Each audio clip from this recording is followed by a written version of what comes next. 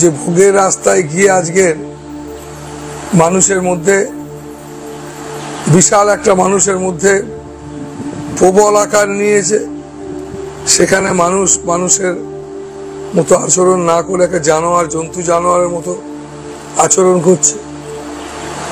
এইরকম এই সমস্ত জন্তু জানোয়ারের মতো আচরণ করা যে স্বভাব গুণ, সেটা একটু একটু করে অসংখ্য মানুষের মধ্যে একটু একটু করে এই গুণগুলো, পশুত্ব গুণগুলো ঢুকে পড়ছে। যেগুলো প্রবল আকার হলেই একটা অশান্তি সৃষ্টি হচ্ছে। তো যাতে আমাদের মধ্যে এই গুণগুলো না ঢোকে, এই গুণগুলো এই গুণগুলো হচ্ছে তোমার মানুষের মতো ব্যবহার করে না। তুমি যখন তুমি নিজেকে কোনো ব্যাপারে তুমি ঠিক থাকতে পারলে না, মানে তোমার মধ্য থেকে একটা অন্য একটা পশুর গুণ তোমার মধ্য থেকে ফুটে বেরো। তুমি আচার ব্যবহার সেরকমই করলে, তুমি পরে সেটা তুমি যদি ভাবতে থাকো, ভাবতে থাকে না কেন, ওই যে এই ভোগ করাটাই মেন।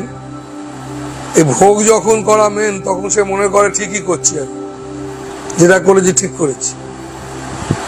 আর ভাবতে থাকে সেই যে প্রতিনিয়ত নিজেকে সঠিক পথে আছে কিনা, মানুষের পথে আছে কিনা, মনুষ্যত্বের রাস্তায় আছে কিনা, যারা প্রতিদিন মেলাতে চায় যে আমি সঠিক আছি।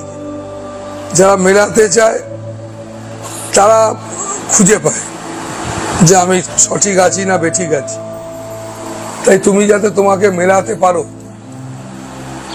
মিলিয়ে নেওয়া মানে একটা ভক্তের জীবন কাকে বলে?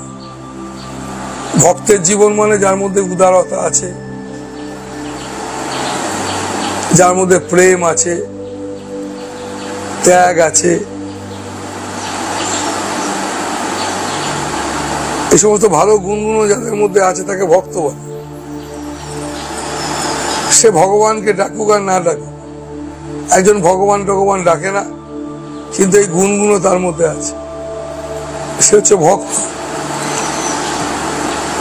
এবং একজন মানুষ ভগবান ডাকে কিন্তু এই গুণগুলো তার নেই, তাকে তুমি কি করে ভক্ত বলবে? তার মধ্য থেকে কোনোদিন তুমি ভালো জিনিস পাবে না।